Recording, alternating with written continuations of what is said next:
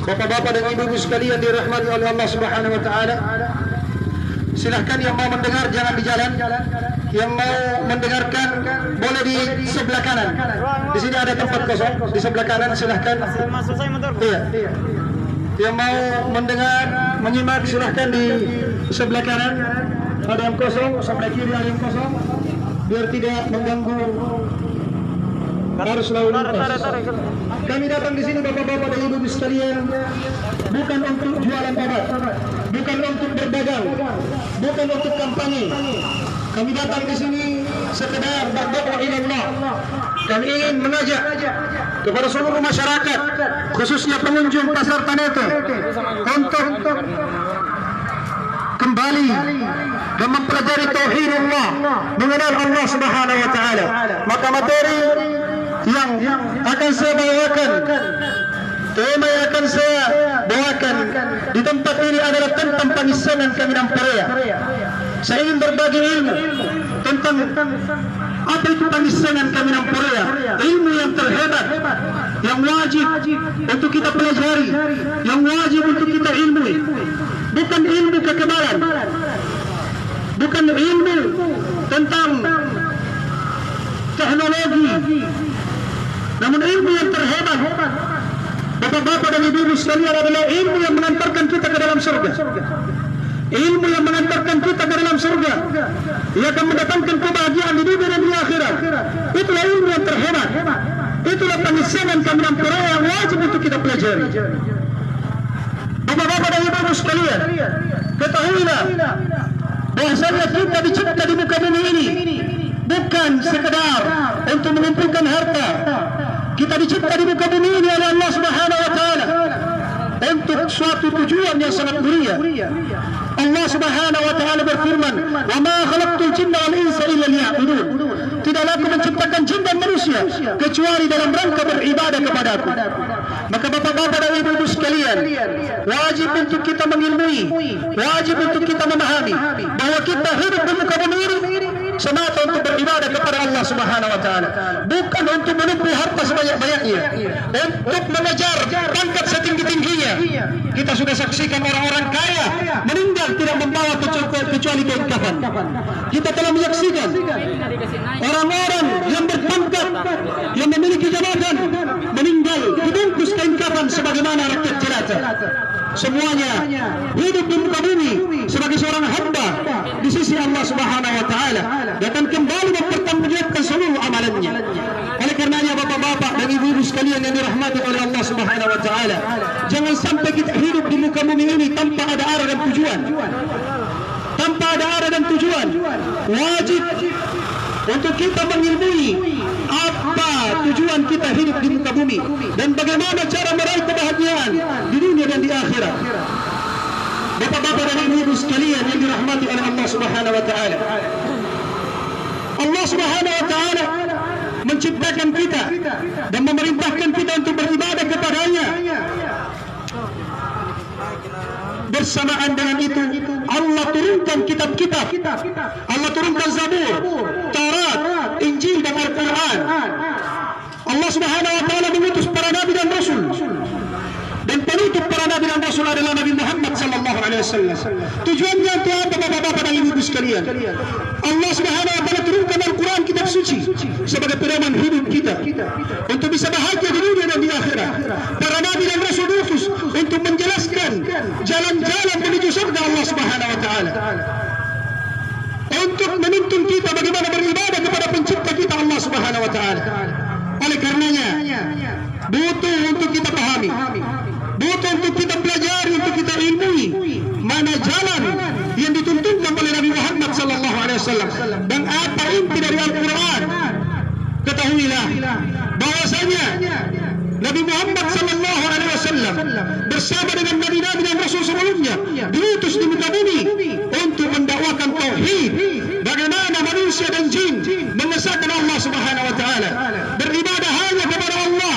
Diturunkan seluruh kitab-kitab suci, inti isinya adalah bagaimana manusia beribadah hanya kepada Allah Subhanahu wa taala. Itulah makna dari la ilaha illallah. Itulah makna dari la ilaha illallah. La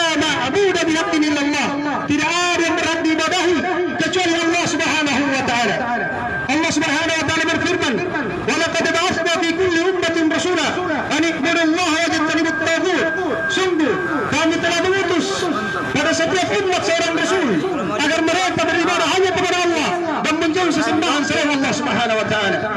Dan juga Allah Subhanahu wa taala berfirman, "Wa laqad uhiya ilaika wa ila alladziina min qablik la in asyrakta la yahbatanna 'amaluk wa la takunanna minal khasirin." Sungguh kami telah mewahyukan kepadamu ya Nabi Muhammad dan mewahyukan kepada nabi-nabi sebelummu, apabila kalian menyekutukan Allah, apa karena Allah Taala melakukan kesyirikan kepada Allah, la yahbatanna 'amaluk, seluruh amalanmu akan terhapus. Seluruh amalanmu akan terhapus. Nabi Muhammad sallallahu alaihi wasallam adalah nabi yang terhebat amalannya, nabi yang paling Allah cintai, nabi yang paling mulia, bahkan yang pertama kali menutup pintunya surga. Nabi Muhammad sallallahu alaihi wasallam adalah manusia yang paling mulia di muka bumi. Bersamaan dengan itu, andai kata dia melakukan kesyirikan, bertentangan amalan dan ucapannya serta keyakinannya dengan la ilaha illallah, maka akan terputus, akan terhapus seluruh amalannya. Ini ilmu yang wajib kita pelajari. La ilaha illallah, la ma'budu bihaqqin illallah, tidak ada yang berhak diibadahi kecuali Allah Subhanahu wa taala. Ini jalan satu-satunya menuju surga jemaah sekalian.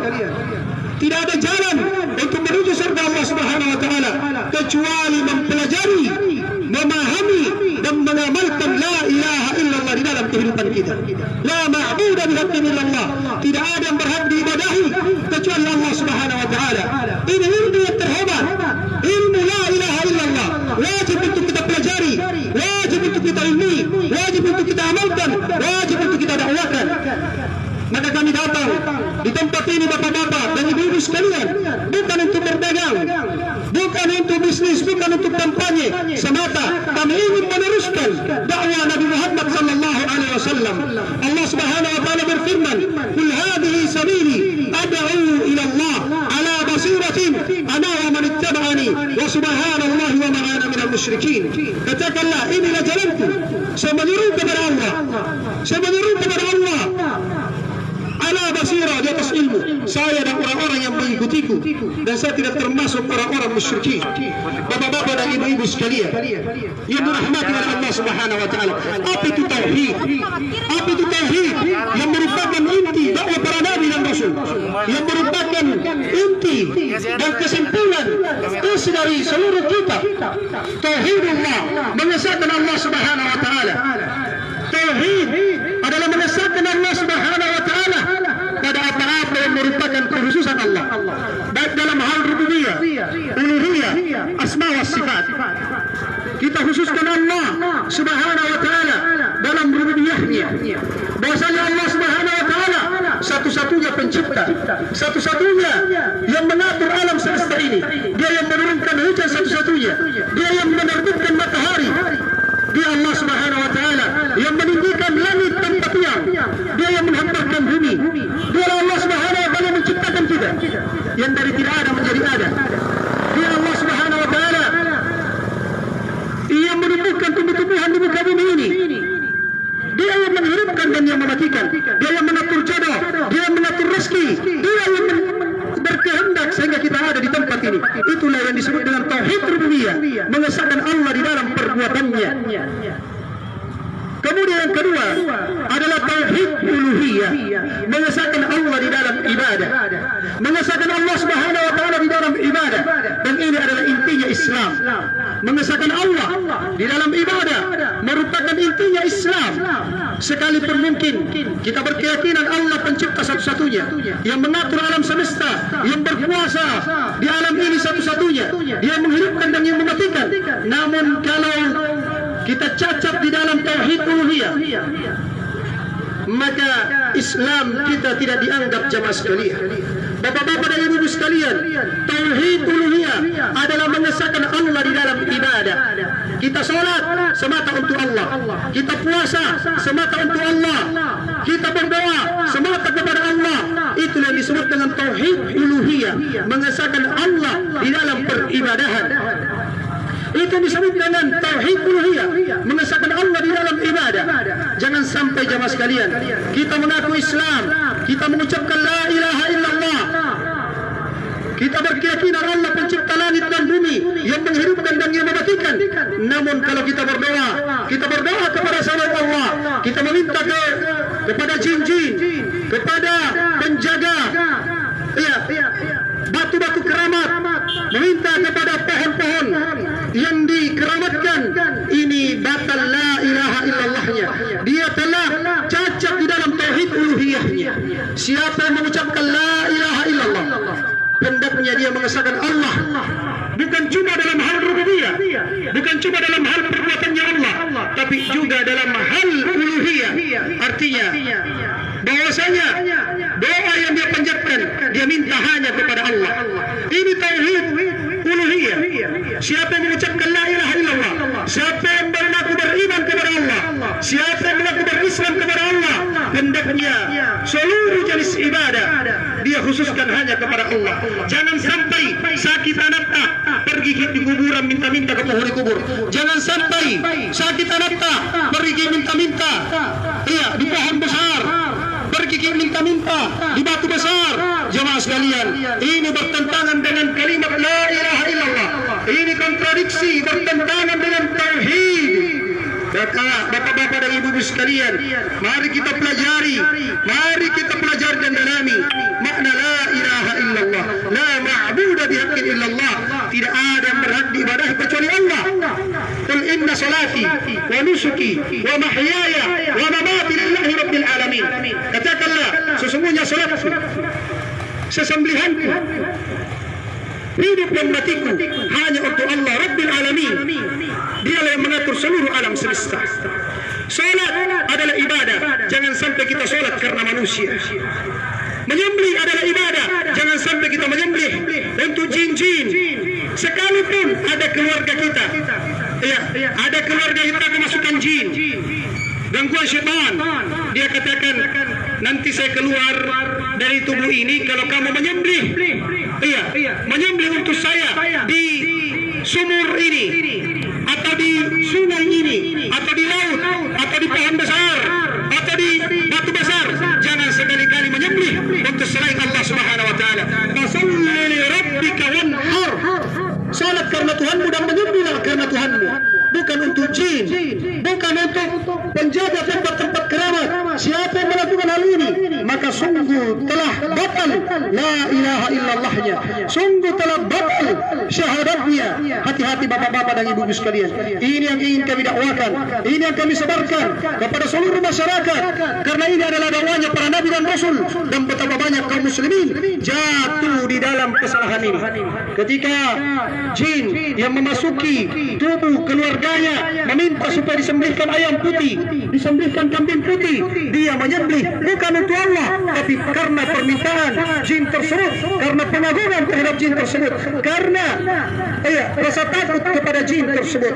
Iya dan billah. Bapak-bapak dan ibu-ibu yang dirahmati oleh Allah Subhanahu wa taala,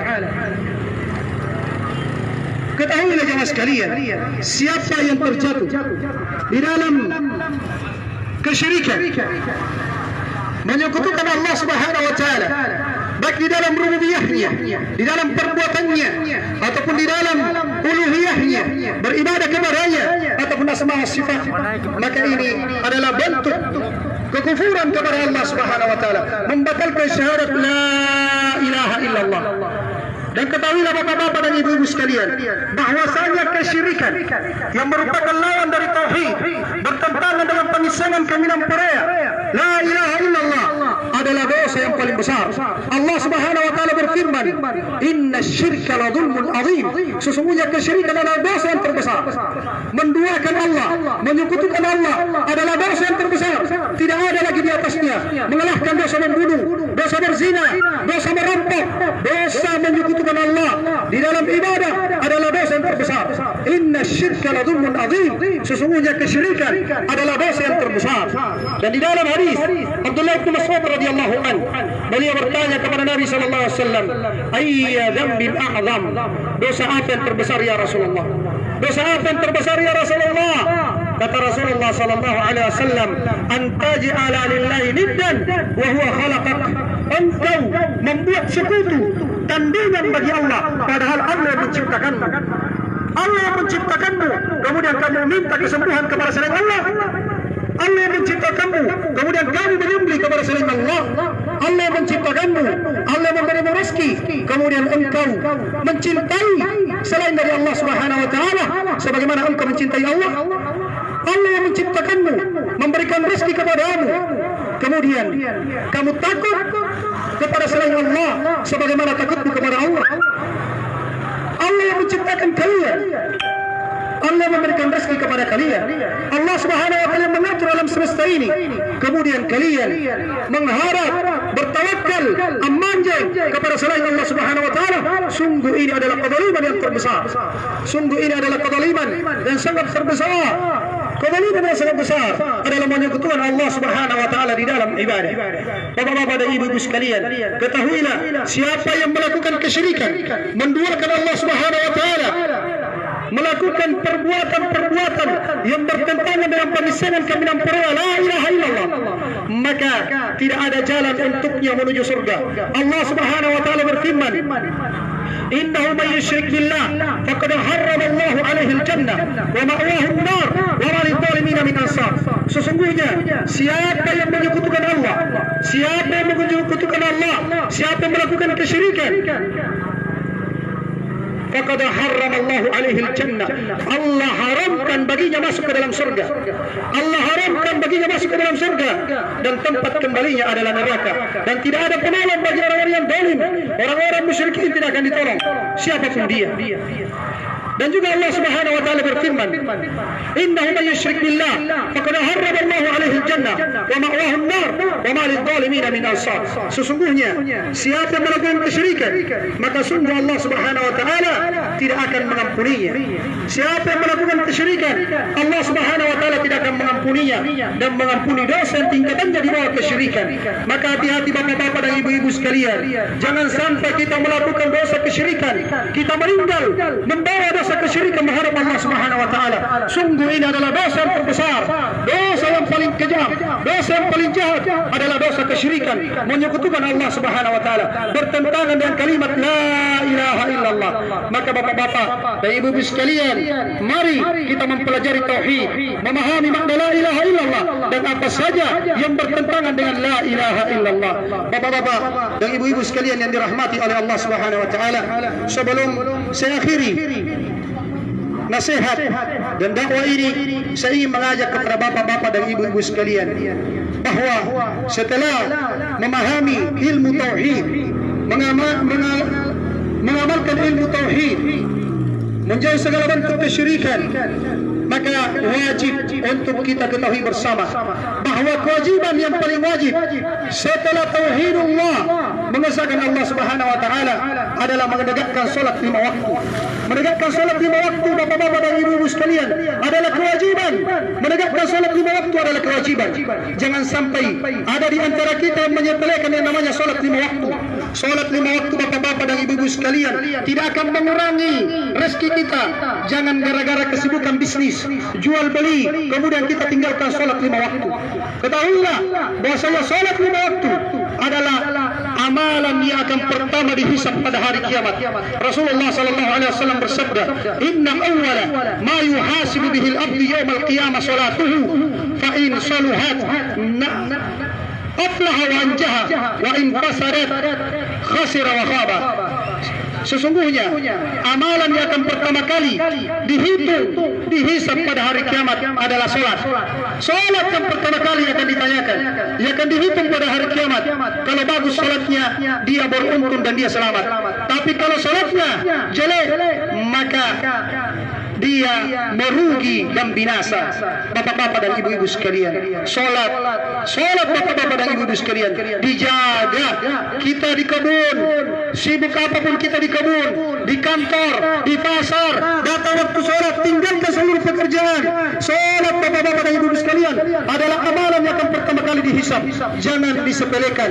Dan kepada bapak-bapak, para lelaki-lelaki yang sudah balik, yang sudah dewasa, silahkan solat di masjid. Silahkan solat di masjid, karena pahalanya 27 derajat dibanding solat sendirian. Bapak ibu sekalian, tutup aurat ibu-ibu sekalian, karena sungguh siapa wanita yang keluar dari rumahnya memperlihatkan auratnya, berpakaian seksi, menampakkan lekuk-lekuk tubuhnya, dilihat oleh laki-laki, dilihat oleh 1000 laki-laki, maka sebanyak 1000 orang yang melihatnya. Maka seluruh bapak-bapak sekalian, wajib kita sungguh kita semua akan diminta pertanggungjawaban di hadapan Allah Subhanahu wa taala. Ini yang bisa saya sampaikan. Mudah-mudahan bermanfaat pada bapak-bapak dan ibu-ibu sekalian, terkhususnya yang ada di pasar Tanete ini. Kami hanya datang untuk berdakwah ila Allah, mengajak untuk kembali mentauhidkan Allah Subhanahu wa taala dan menjauh segala bentuk kesyirikan, menegakkan salat 5 waktu.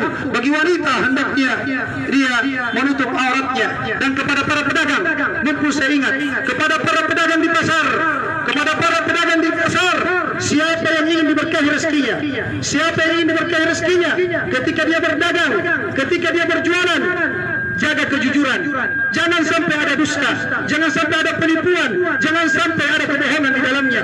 Jaga kejujuran ketika berdagang, ikhlas karena Allah di dalam berdagang, Anda dapat pahala, akan berdampingan dengan Nabi Muhammad SAW.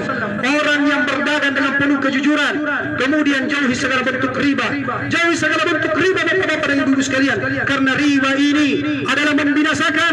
Dosanya yang paling kecil bagaikan menzinahi ibu kandung sendiri. Keberkahan rezeki ketika kita menghasilkan rezeki tersebut dari arah yang halal, bukan dari arah yang haram. Demikian apa yang saya bisa sampaikan, mudah-mudahan bermanfaat kepada bapak-bapak dan ibu-ibu sekalian yang ingin bertanya, atau sebelumnya kami kembalikan kepada moderator. Tafadhol. Baik, Bapak Ibu Saudara yang kami hormati, demikianlah tausiah dari Al-Ustaz Abu Irbat Hafizahullah. Selanjutnya seperti yang kita sampaikan sebelumnya, untuk yang ingin mendapatkan hadiah cukup memberikan pertanyaan sesuai tema yang disampaikan oleh Ustaz, atau Ustaz yang akan memberikan pertanyaan. Ya, khususnya berkaitan dengan tauhid. Yang ya, Bapak dulu, Bapak. Silakan bertanya, Pak. Kasih mic tadi. Kasih mic. Assalamualaikum warahmatullahi wabarakatuh. Assalamualaikum warahmatullahi wabarakatuh. Seperti kita utarakan tadi, di masjid derajat. Kalau kita sholat di masjid, kalau sunnahnya saya tanyakan berapa derajat sunnahnya di masjid atau di rumah? Mana bagus, sunat di masjid atau sunat di rumah? Masya Allah. Pertanyaannya sangat bagus. Ya. Pertanyaannya bagaimana dengan sholat sunnah? Yang mana yang bagus dikerjakan? Bagi laki-laki, apakah sholat sunnah di masjid atau sholat sunnah di rumah? Kata Nabi SAW di dalam hadis yang sahih, dan beliau ketika itu bersabda di Madinah, di Masjid Nabawi. Iya, kata beliau, afdalus salat fi buyutikum, afdalus salat fil buyut illa al-maktubah. Afdal salat adalah yang dikerjakan di rumah kecuali salat wajib. Kecuali salat wajib. Berarti salat sunnah afdalnya dikerjakan di rumah. Setelah salat sunnah baru kita ke masjid. Itu yang paling afdal. Tapi kalau kita khawatir azan dengan iqamat terlalu dekat waktunya, jaraknya, ya, atau mungkin jarak rumah kita ke masjid terlalu jauh, maka kita salat sunnah di masjid. Tapi kalau waktunya masih longgar, afdalnya adalah di rumah. Iya, untuk salat sunnah. Kasih hadiah. Saya kasih hadiah yang spesial. Penanya pertama, Masya Allah, ada kurmanya, ada iya, itu dibaca, ada buku di dalam, doa-doa luar biasa itu. Pagi sore perangkal sihir. Iya. Baik, kita masih beri kesempatan satu orang untuk bertanya. Kemudian Ustaz yang bertanya sebentar. Yang sudah tadi, Bu? Belum. Terima kasih atas waktu yang diberikan. Assalamualaikum warahmatullahi wabarakatuh. Waalaikumsalam warahmatullahi wabarakatuh. Seperti yang telah dijelaskan sama Pak Ustaz tadi, bahwa kadang-kala kita itu sering berbuat kesyirikan. Betul. Sering berbuat kesyirikan. Bagaimana jika seorang anak yang mempunyai orang tua yang sering melakukan hal seperti demikian, dan orang tuanya sudah meninggal. Dengan orang tua sudah meninggal, anak ini mengetahui bahwa apa yang selama orang tuanya perbuat itu tidak benar. Namun dia ingin mendoakan agar orang tuanya tersebut bisa dimaafkan oleh Allah Subhanahu wa taala. Bagaimana cara anak tersebut mendoakan orang tua yang telah meninggal, namun semasa hidupnya selalu melakukan hal yang dikatakan kesyirikan. Demikian pertanyaan saya, Pak. Ini muncul dari hati. Iya, muncul dari hati. Dan kentara orang yang berbicara dari hati, kita pun menerimanya dari hati pula, dengan hati pula. Kata beliau, bagaimana kalau orang tua kita meninggal dalam keadaan musyrik, dalam keadaan melakukan menyekutukan Allah Subhanahu wa taala. Ketahuilah ibu sekalian, kalau orang tua kita melakukan hal tersebut karena belum sampai dalil, belum sampai dakwah, belum sampai nasihat kepadanya, dan dia adalah orang yang menjaga salat 5 waktu, dia menjaga syariat-syariat Allah Subhanahu wa taala yang lainnya, dan orangnya menginginkan kebaikan, namun belum pernah ada orang yang menasihati, menjelaskan bahwa ini adalah bentuk kesyirikan, dan dia sudah tua tidak paham hal tersebut. Dan lingkungan yang sangat tidak mendukung. Karena mungkin ada di pedalaman dan seterusnya, lingkungannya demikian, orang-orang yang di sekitarnya pun demikian, sehingga dia ikut-ikutan dan meninggal di atas hal tersebut, dan dia orang yang menjaga salat 5 waktu. Maka kita berharap kepada Allah, mudah-mudahan dimaafkan, karena Allah Subhanahu wa taala berfirman, "Wa ma kunna mu'adzibina hatta nab'atha rasula," dan kami tidak akan mengazab sampai kami seorang rasul yang menyembah Subhanahu wa taala. Dia sudah tahu sampai dalil, sudah sampai keterangan bahasanya itu adalah perbuatan kesyirikan. Kemudian dia masih lanjut, dia masih melakukannya sampai meninggal, maka ini tidak didoakan.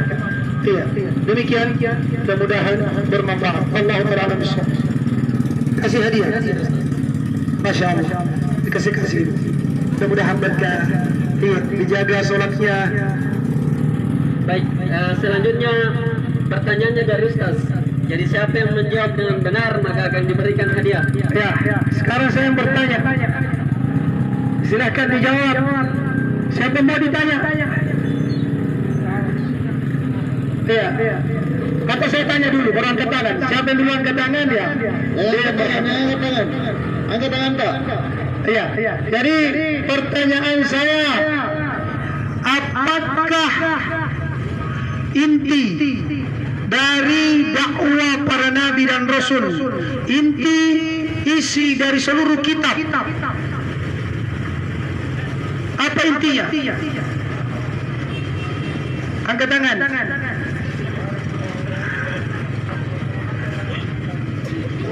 Apa inti isi yang ada di dalam Al-Quran? Intinya Al-Quran itu apa? Surah Al-Fatihah, ya kan? Intinya Al-Quran adalah surah Al-Fatihah, dan intinya surah Al-Fatihah adalah Iyyaka na'budu wa iyyaka nasta'in. Saya tinggal meminta saja kesimpulannya apa? Kesimpulannya apa? Ya ibu. Ya silakan. Assalamualaikum warahmatullahi wabarakatuh. Waalaikumsalam warahmatullahi wabarakatuh. La ilaha illallah. Masya Allah. Itulah inti seluruh kitab yang Allah turunkan di muka bumi. Yang membedakan hanyalah tata caranya, syariatnya. Tapi intinya adalah la ilaha illallah, la ma'budu bihaqqin illallah. Tidak ada yang berhak diibadahi kecuali Allah. Seluruh nabi diutus untuk ini.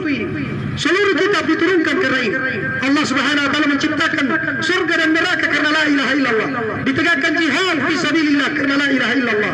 Allah Subhanahu wa taala menciptakan jin dan manusia karena la ilaha illallah, supaya makhluk manusia dan jin mengesahkan Allah Subhanahu wa taala di dalam ibadah. Kasih hadiah. Masya Allah. Ini Bu, mudah-mudahan bermanfaat dan berkah insyaallah. Kasih. Doakan kami untuk selalu bisa semangat, bisa untuk selalu ikhlas dalam berdakwah di jalan Allah. Kami hanya datang untuk mendakwakan agama Allah Subhanahu wa taala.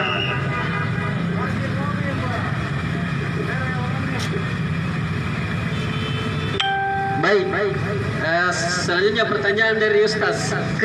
Pertanyaan selanjutnya, apa itu tauhid? Apa itu tauhid?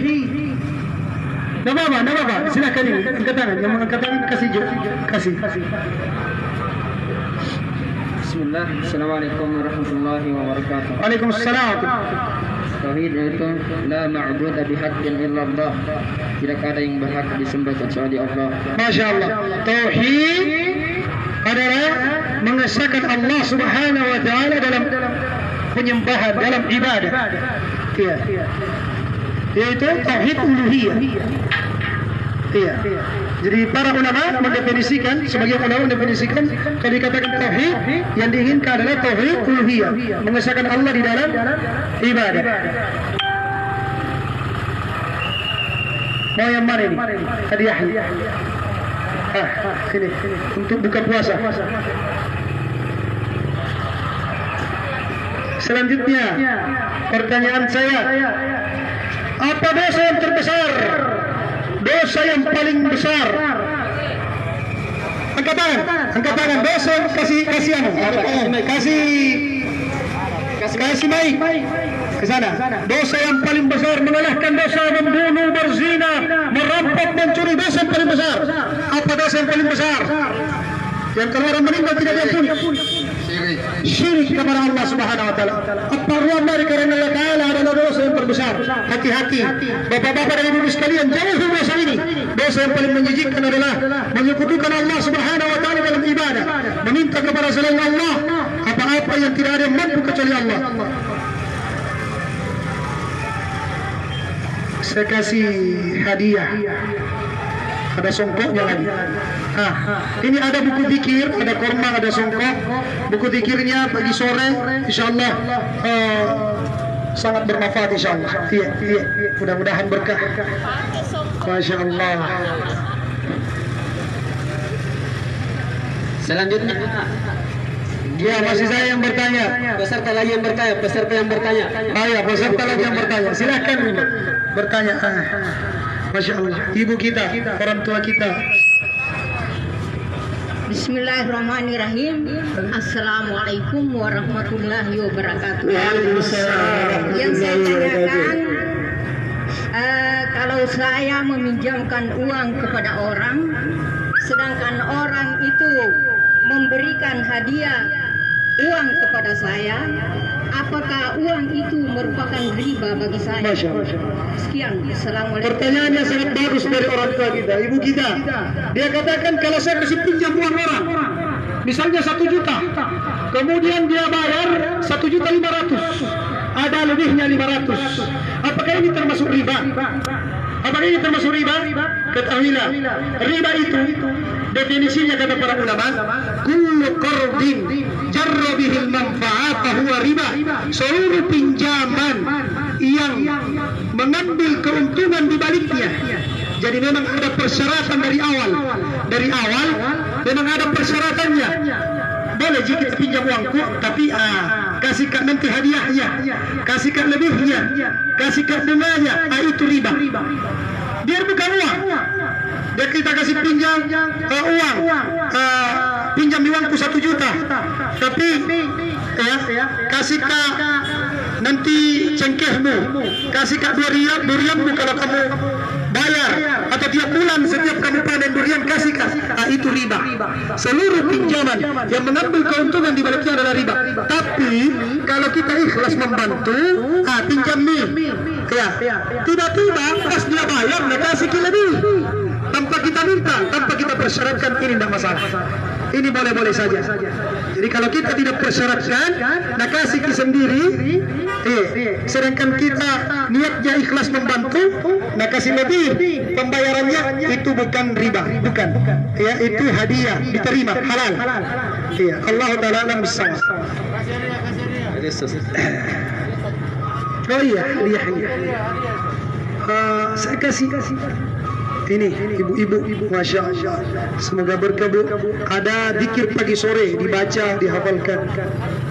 Masya Allah. pertanyaannya lagi harus yang ingin mendapatkan hadiah, tolong angkat tangannya, kemudian pertanyaan dari Ustaz.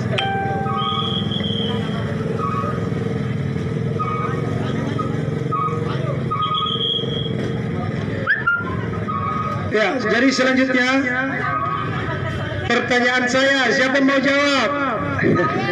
Angkat tangan Pak. Yang tahu jawab. Yang belum.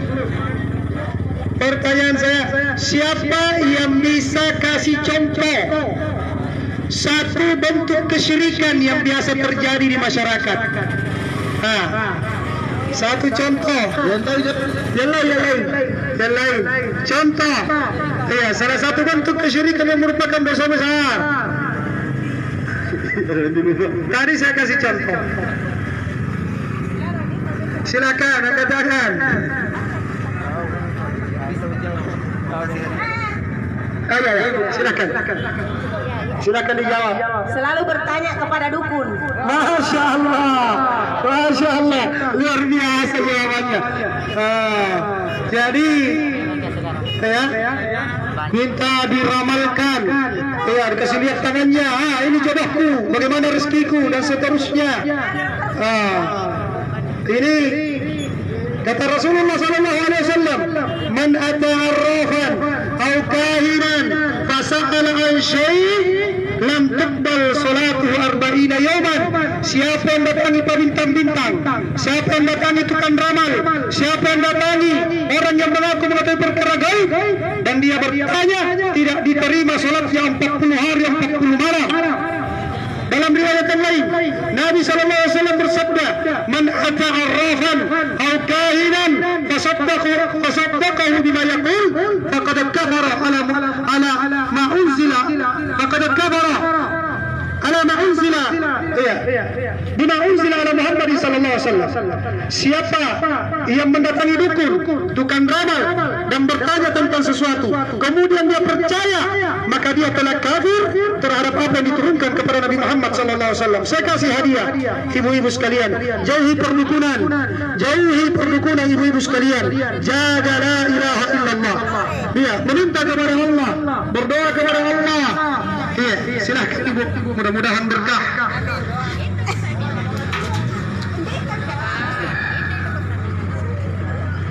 Selanjutnya pertanyaan yang sama.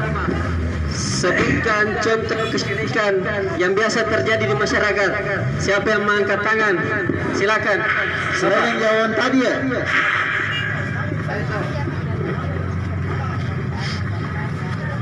Menyembah pohon.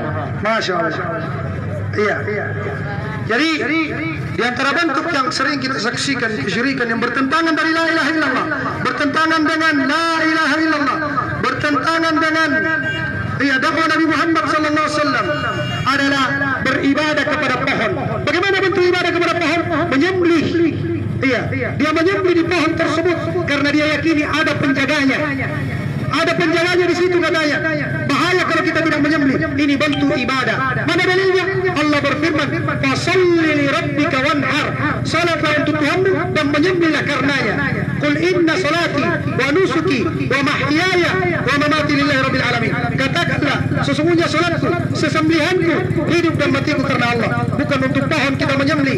Jangan sekali-kali mendatangi pohon keramat, batu-batu besar, kemudian menyembelih di sana. Itu adalah bentuk persembahan kepada jin, dan itu bentuk kesyirikan. Dia akan menghapuskan seluruh amalan kita, akan terhapus pahala salat kita, haji kita, umrah kita, sedekah kita kalau kita melakukan kesyirikan. Jemaah sekalian, kasih hadiah. Masya Allah. Ini ada jahe biar lebih semangat, ya. Ada zikir, ada parfum. Mudah-mudahan berkah, Pak. Iya. Barakallahu fikum. Masya Allah. Baik, selanjutnya yang masih menginginkan hadiah dari kami, pertanyaan yang sama, berikan contoh yang berbeda. Apa bentuk kesyirikan yang sering terjadi di masyarakat? Baik, silakan Bapak.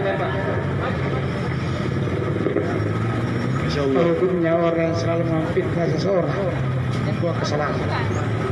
Pertanyaan atau? Iya. Yang memfitnah seseorang. Iya. Hukum memfitnah. Ya, jadi fitnah kalau dalam bahasa Indonesia adalah menuduh orang tanpa bukti. Ya, bukan dia pelakunya, dia tuduh. Misalnya dia katakan kamu yang curi HP-ku, padahal bukan. Kamu yang ambil ayamku, padahal bukan.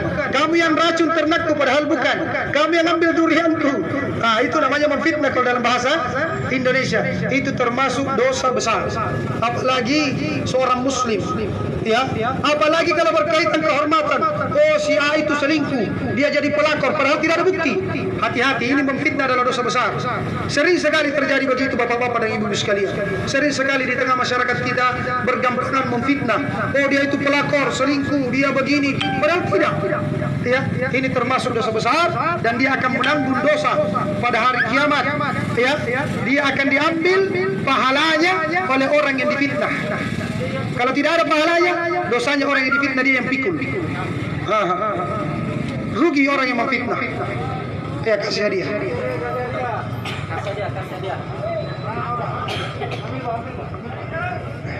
Hadiah Pak, hadiah gratis dari kami. Kami berbagi. Di sini kami tidak jualan obat. Kami hanya menyampaikan saja ya dakwah tauhid.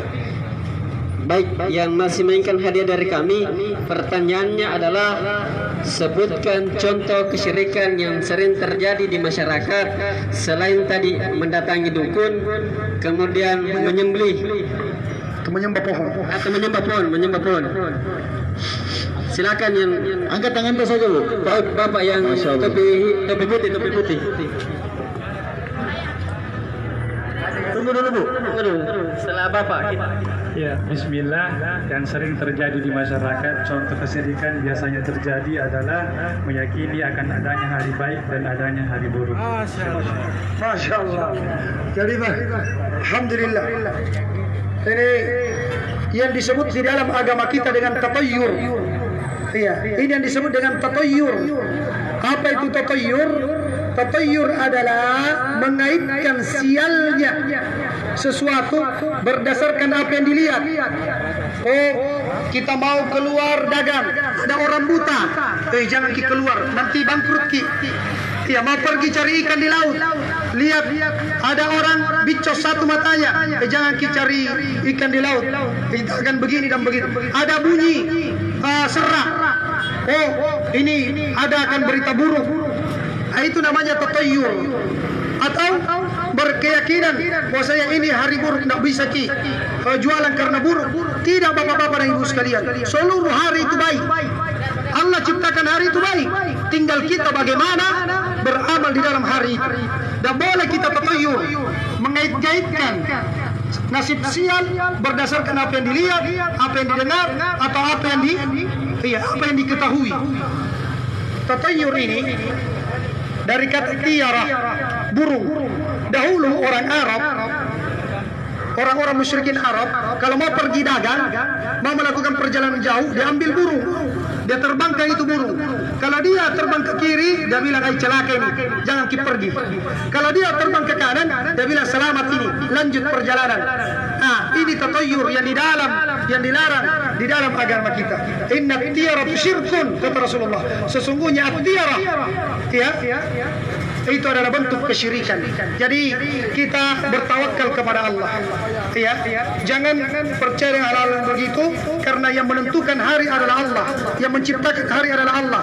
Caranya saja, kalau mau keluar rumah, mau pergi berdagang, mau bisnis, cukup baca doa. Bismillahi tawakkaltu ala Allahi wala haula wala quwata illa billah. Itu doanya kalau keluar rumah ki. Berdagang ki yang halal, insyaallah diberkahi ki. Iya, kasih hadiah. Kasih songkok. Iya. Ini. Parfum. Kasih plus ini lagi. Kasih banyak-banyak. Insyaallah. Silakan. Mudah-mudahan berkah. Contoh kemusyrikan apa tadi? Iya. Kesyirikan kalau istilah Bugisnya maslut tanah. Masya Allah. Ya. Ini bagus sekali. Itu maslut tanah. Masya Allah. Terima kasih ibu sekalian yang dirahmati oleh Allah Subhanahu Wa Taala. Jadi ini penting untuk kita ketahui. Ada sebagian orang berkeyakinan bahwa kalau ingin kita selamat dari berbagai macam bala, musibah, ada yang namanya selut tanah. Menanam atau menyembelih, ditanam di dalam tanah, apalagi di tiang tengah. Dia tiang tengah. Ketahuilah bapak-bapak dan ibu-ibu sekalian, orang yang mengaku Islam, orang yang mengucapkan la ilaha illallah, tidak boleh percaya dengan seperti ini. Karena Ketahuilah bapak-bapak dan ibu sekalian, kebaikan itu datang dari Allah, keselamatan datang dari Allah. Ya, yang bisa menolak bahaya hanya Allah Subhanahu wa taala. Minta kepada Allah, minta keselamatan kepada Allah Subhanahu wa taala. Jangan dia berkeyakinan bahwasanya ini penolak bala. Tidak, itu hanya persembahan kepada jin. Itu hanya persembahan kepada jin, dan itu yang membatalkan la ilaha illallah. Salat tak terhapus, puasa tak terhapus, amalan-amalan lainnya terhapus. Hati-hati. Iya, kepada ibu saya kasih hadiah.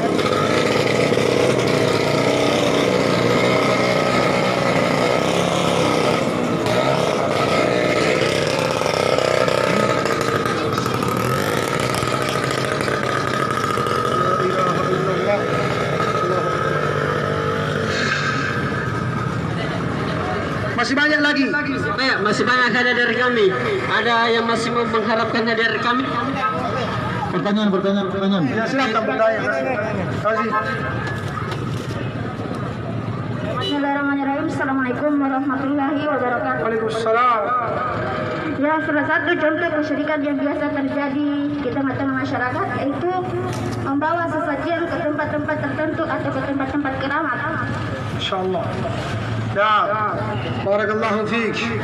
Jadi di antara hal yang sering kita saksikan adalah mempersembahkan sesajian, apakah bentuknya sesembelihan, ya, atau dia lepas ayam, atau kambing, atau telur, atau sotko, ya, di tempat-tempat yang dikeramatkan, apakah batu besar, ataukah pohon besar, diyakini hal ini bisa menolak bala, hal ini bisa mendatangkan manfaat.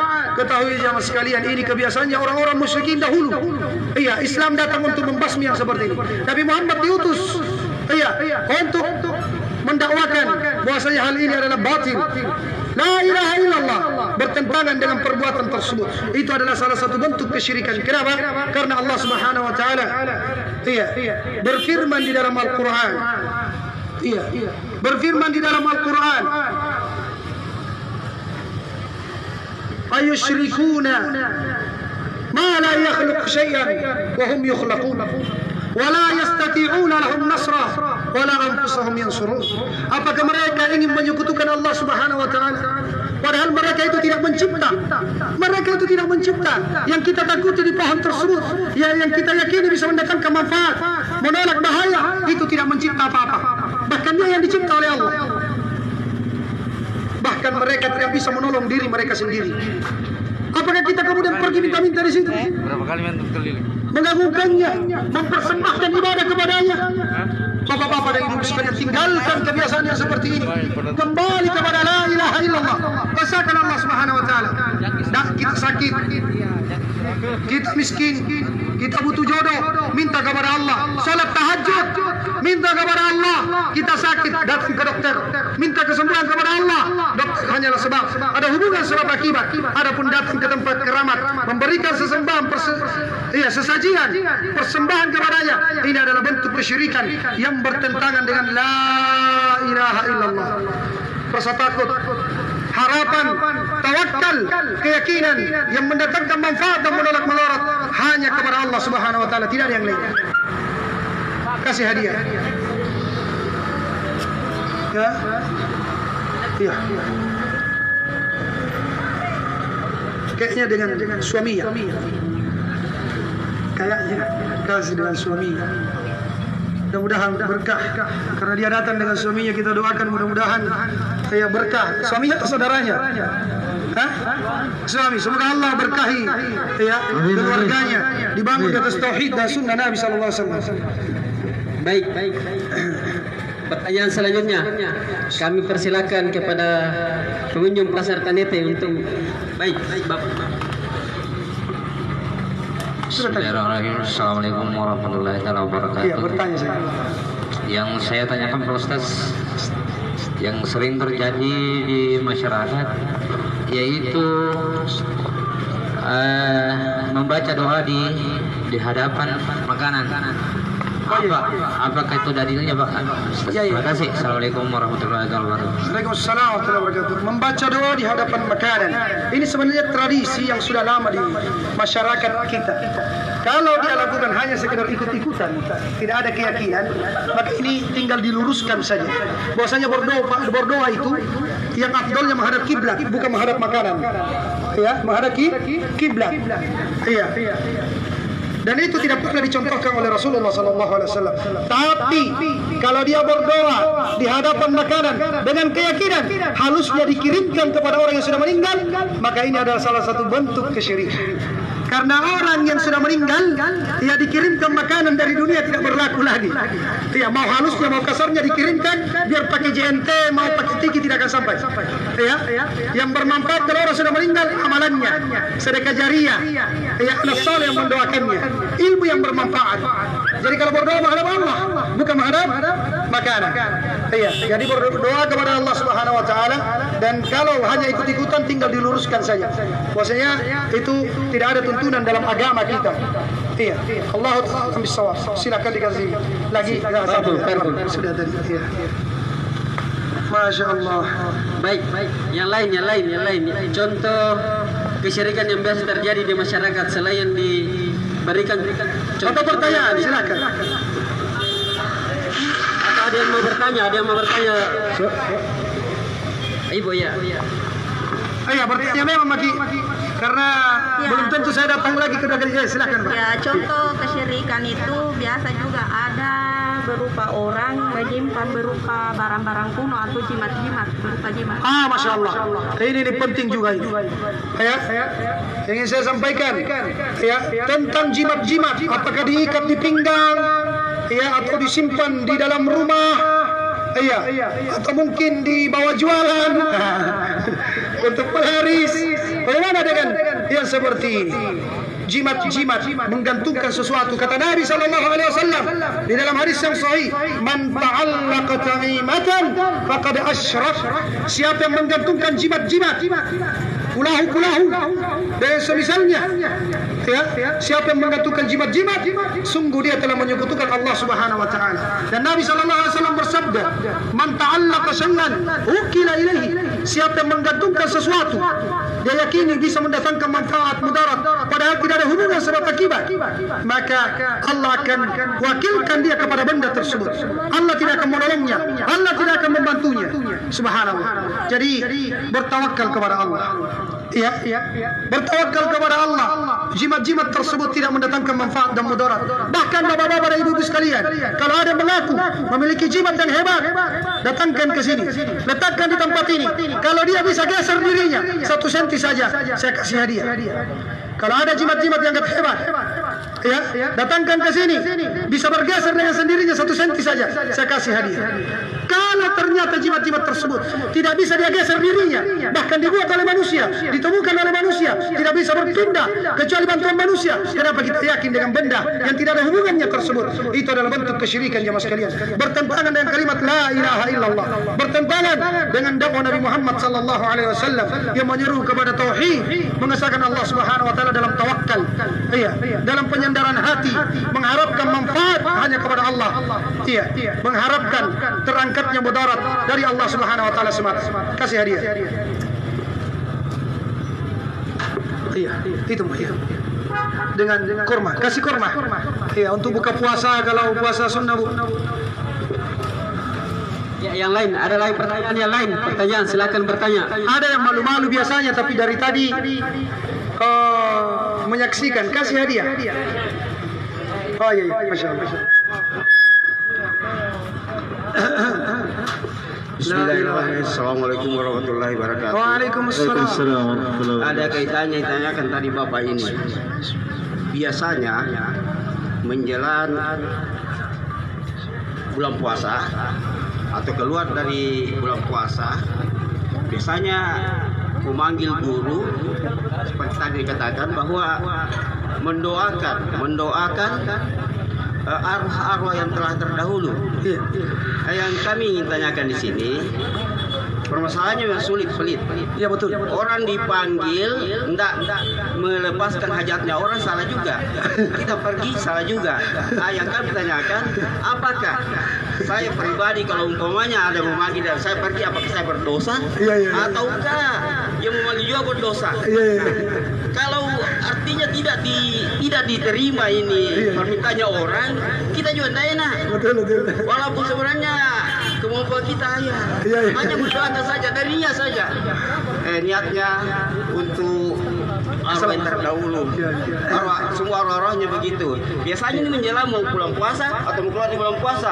Kalau saya dipanggil tidak pergi, tidak enak juga tetangga pergi juga. Kalau memang dikatakan Serba salah, ya. serba salah. Saya kira minta penjelasan. Assalamualaikum warahmatullahi wabarakatuh. Berarti pengalaman pribadi kayaknya ini. Pengalaman pribadi ya. Gimana ini? Kalau menjelang masuk Ramadan atau keluar Ramadan, ya beliau dipanggil untuk membaca doa. Membaca doa ini bagaimana ini? Jadi saya nasihatkan, saya ingatkan kepada orang tua kita, bapak kita, kalau ada yang seperti itu datang, kita kasih masukan, Pak, Bu, sebenarnya itu yang mustajab adalah doa anak kepada orang tuanya. Doa anak kepada orang tuanya. Kata Rasulullah sallallahu alaihi wasallam dalam hadis Abu Hurairah radhiyallahu anhu, "Idza mata al-insan inqata'a 'amaluhu illa min salas." Kalau manusia sudah meninggal, amalannya sudah putus. Amalannya sudah putus kecuali 3. Sedekah jariah, menyumbang untuk masjid, masjidnya masih dipakai, pahalanya terus mengalir. Ia membangun menggali sumur, orang pakai sumur tersebut, pahalanya mengalir terus. Pahala jariah. Yang kedua adalah al-ilmu yantafi'u bi, ilmu yang bermanfaat. Dia sebarkan ilmu seperti ini, selama orang masih amalkan ilmunya, maka terus dapat pahala walaupun ribuan tahun sudah meninggal. Yang ketiga, wa waladin saleh yad'ulah, anak saleh yang mendoakannya. Jadi anak yang mendoakan orang tua adalah doa mustajabah dibanding orang lain yang dipanggil datang didoakan. Itu anak-anak kita kumpul, keluarga kita kumpul, suruh dia berdoa. Kapan? Ketika sujud, sebelum salam, ketika antara azan dan iqamat, hari Jumat mendekati maghrib, kemudian ketika turun hujan, ketika safar, ketika melakukan perjalanan jauh, apalagi depan Ka'bah, di tempat-tempat mustajabah, berdoa kepada Allah Subhanahu wa taala. Jangan hanya nanti mau masuk Ramadan, mau keluar Ramadan, baru dipanggil Pak Imam datang mendoakan.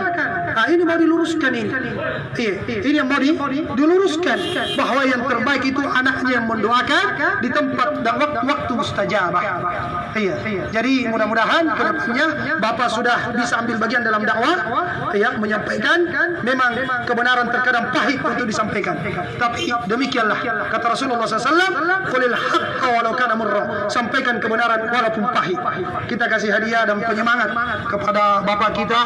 Masya Allah, saya kasih ini songkok, ada zikir pagi sore, Masya Allah. Tapi Pak, ada parfumnya, ada songkonya, ada zikir pagi sore. Bertanya Bu Tabe.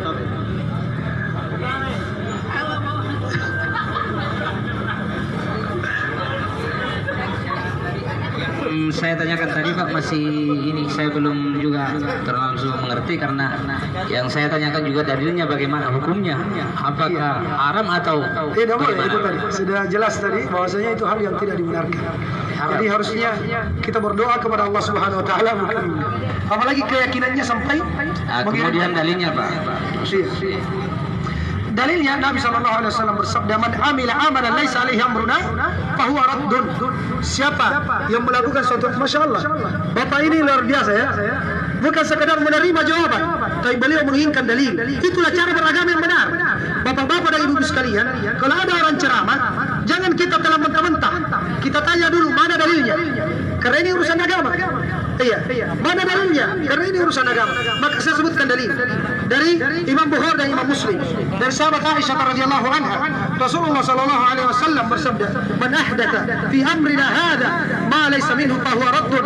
Siapa yang mengadakan tata cara baru di dalam agama kami, maka dia tertolak. Maka berdoa kepada makanan tersebut, berkeyakinan bisa mengirimkan halusnya kepada orang yang sudah meninggal, maka ini adalah perkara baru dalam agama, dia tertolak, tidak diterima. Di dalam hadis riwayat Muslim, "Man amila amalan laisa alaihi amruna fa huwa raddun." Siapa yang melakukan suatu amalan yang tidak kami contohkan, tidak kami perintahkan, maka dia tertolak. Maka hal tersebut adalah perkara yang tidak ada tuntunannya di dalam agama kita. Berdoa hanya kepada Allah Subhanahu wa taala, menghadap kiblat, dan ini yang ada tuntunannya di dalam agama kita. Barakallahu fiik. Oh iya. Ada. Silakan. Itu mungkin Ibu di belakang. Ibu. Assalamualaikum warahmatullahi wabarakatuh. Waalaikumsalam. Mohon maaf, saya sedikit ada pertanyaan. Bagaimana hukumnya tentang ada itu orang biasa masuk tanah menurut orang? Oh iya, Masya Allah. Iya, itu saja. Wassalamualaikum warahmatullahi wabarakatuh. Waalaikumsalam warahmatullahi wabarakatuh. Sepertinya Ibu baru datang. Iya. Karena tadi ada yang menanyakan hal ini. Namun Nabi SAW bersabda, "Man su'ila an ilmin fakatamahu aljamahu Allah yaumil qiyamah bil jami minan nar." Siapa yang ditanya tentang suatu ilmu kemudian dia sembunyikan, maka Allah akan mengekang mulutnya pada hari kiamat dengan api neraka. Maka saya ditanya tentang hal tersebut, maka saya jawab sesuai dengan ilmu yang saya miliki. Maka kebiasaan tersebut yang namanya masallut tanah, menanam, yang menyembelih kemudian menanam di tiang tengah dengan keyakinan menolak bahaya atau yang lainnya, ini adalah bentuk kesyirikan. Ini adalah bentuk persembahan kepada jin. Ini adalah bentuk keyakinan ada yang mendatangkan manfaat selain Allah Subhanahu wa taala. Maka Bapak Ibu sekalian, ditinggalkan perkara ini. Menyembelih hanya kepada Allah Subhanahu wa taala. Hanya karena Allah Subhanahu wa taala. Manfaat, mudarat itu datang dari Allah. Yang bisa menolak hanya Allah. Berdoa kepada Allah. Iya, ketahuilah.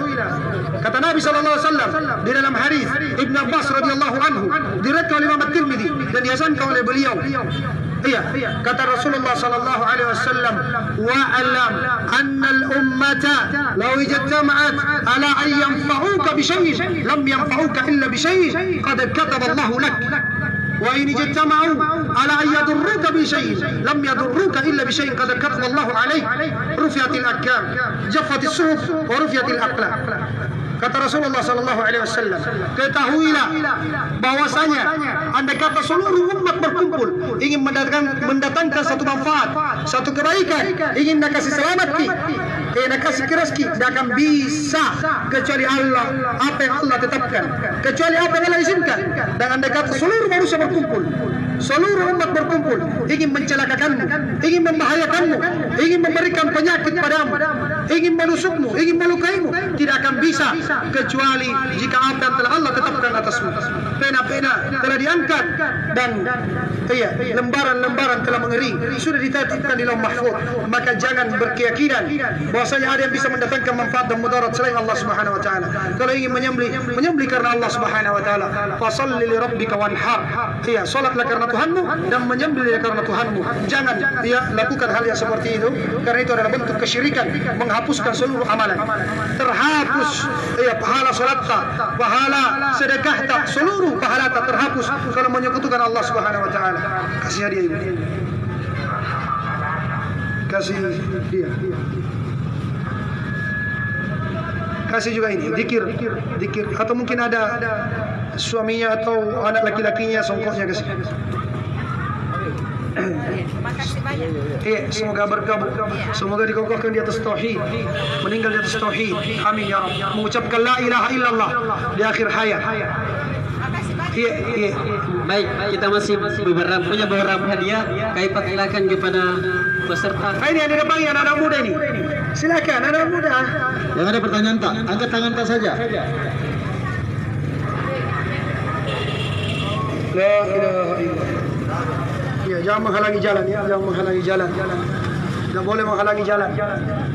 Assalamualaikum warahmatullahi wabarakatuh. Waalaikumsalam.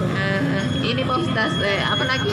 Biasa kan di masyarakat sering, maksudnya kita lihat ini soal ini majelis taklim. Biasa kan itu saya lihat itu majelis taklim banyak yang maksudnya berlomba-lomba, tapi maksudnya bajunya saja yang diperbagus. Masya Allah. Ya, bagaimana itu Pak Ustaz anunya hukumnya itu? Masya Allah. Iya, ini nasihat sebenarnya ini nasihat penting dari ibu sekalian bahwa fenomena yang ada di masyarakat dengan adanya berbagai macam majelis taklim sebenarnya yang diperlombakan cuma bajunya katanya. Allahu a'lam bishawab, apakah itu faktanya demikian? Tapi kalau memang faktanya demikian, karena saya juga jarang melihat, maka kalau memang faktanya demikian, saya nasihatkan untuk sibuk mempelajari agama kita, belajar tajwid, belajar tauhid, belajar fikih, belajar akidah yang benar, itu jauh lebih bagus dibanding memperlombakan kostum-kostum tadi.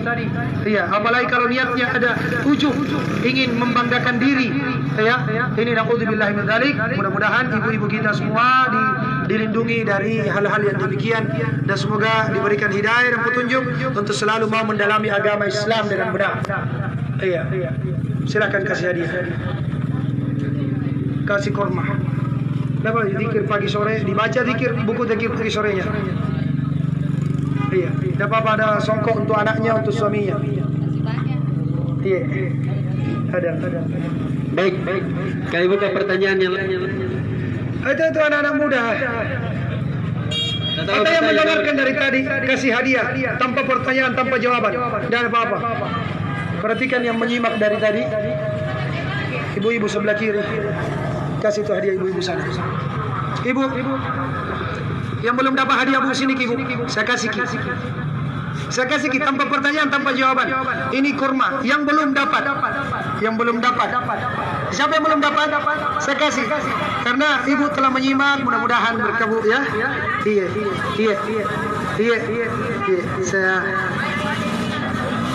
Masya Allah.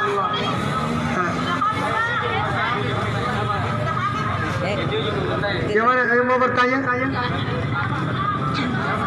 Assalamualaikum warahmatullahi wabarakatuh. Waalaikumsalam. Saya mau bertanya Pak, manfaat sedekah atau misalnya saya berbagi-bagi kepada keluarga atau orang lain, yang mana lebih dahulukan keluarga atau orang lain? Masya Allah. Ini luar biasa ya. Yang mana didahulukan dalam bersedekah, dalam berinfak, apa keluarga atau orang lain? Iya. Kata Allah Subhanahu wa taala dalam Al-Qur'an, dalam surah Al-Baqarah, wa yasalunaka madza tunfiqun. Mereka bertanya, apa yang kalian infakkan? Maka kata Allah, apapun yang kalian infakkan, falil walidaini, maka untuk kedua orang tua kalian. Jadi yang pertama kali kalau mau berinfak, mau bersedekah, kepada kedua orang tua dulu.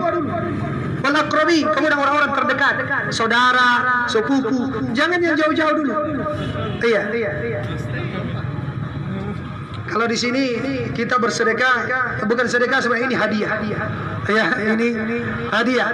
Alhamdulillah di rumah ada, jadi kita bagi-bagi di sini. Jadi bersedekah, berinfak, dahulukan orang tua.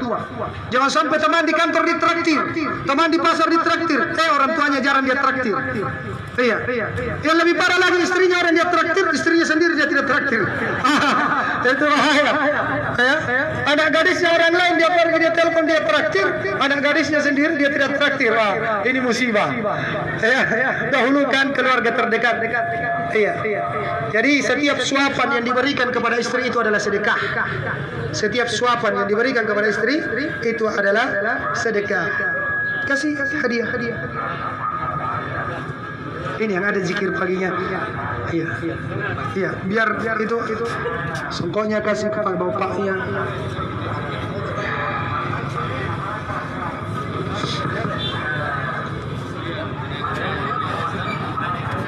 Ya, kasih dengan tempat-tempatnya. Kasih masuk. Satu dos kasih kan. Kasih cuma satu dos saja. Assalamualaikum warahmatullahi wabarakatuh. Waalaikumsalam warahmatullahi wabarakatuh, Pak Haji. Saya ingin sedikit bertanya, Pak, mengenai dosa-dosa. Begini, Pak, karena saya ini ada bersahabat, atasannya peling, bersahabat, bukan peling. Kebetulan ada kebunnya itu perkebunan ini peling, kebun keduli. Kemudian saya diambil sebagai kepala penggarap. Jadi kalau saya bisa kerjakan, Pak, dia bilang cari orang penggarap. Ada je banyak. Bicarakan upahnya. Kalau cocok baru sampaikan sama saya. Sama saya berapa? Saya katakan Pak Haji.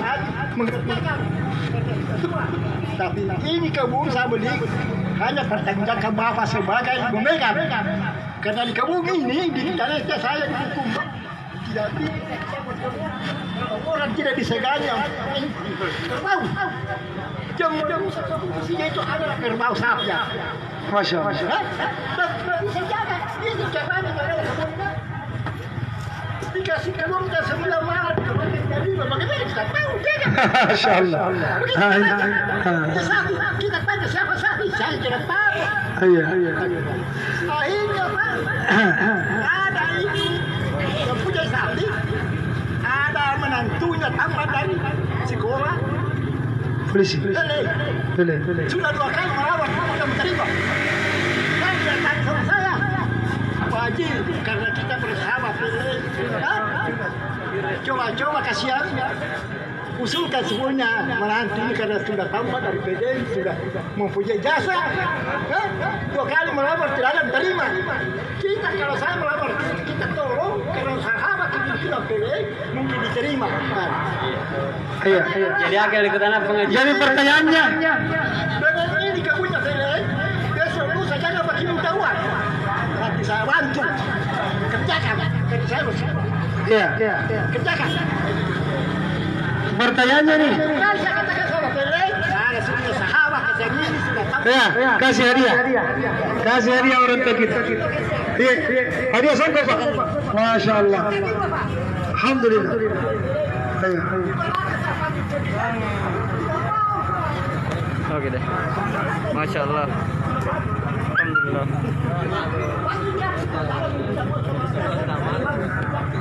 Pegangan saya padar. Iya. Alhamdulillah, kita cukupkan sampai di sini acara kita. Mudah-mudahan.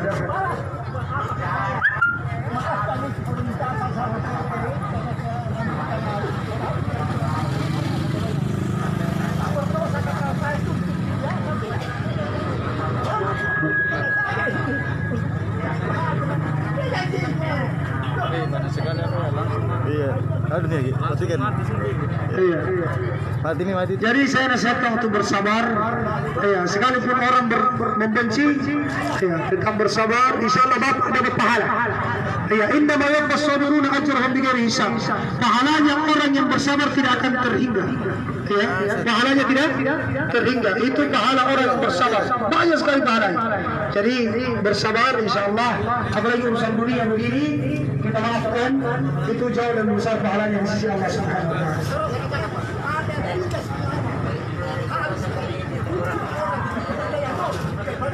Iya. Alhamdulillah. Jadi bersabar saja. Kalau ada yang membenci, jangan dilawan dengan kebencian. Dimaafkan. Ya, itu hadiah Pak. Mudah-mudahan bermanfaat. Kami cukupkan sampai di sini. Mudah-mudahan dakwah kami di tempat ini memberikan manfaat kepada masyarakat, kepada seluruh pendatang di pasar Taritet. Demikian, kalau ada yang benar itu datang dari Allah, kalau ada yang salah dari saya pribadi, dan saya memohon ampun kepada Allah Subhanahu Wa Taala. Subhanakallahumma bihamdik, asyhadu an la ilaha illa anta astaghfiruka wa atubu ilaik. Assalamualaikum warahmatullahi wabarakatuh. Assalamualaikum warahmatullahi wabarakatuh. Ya. Masya Allah. Jazakallah khair.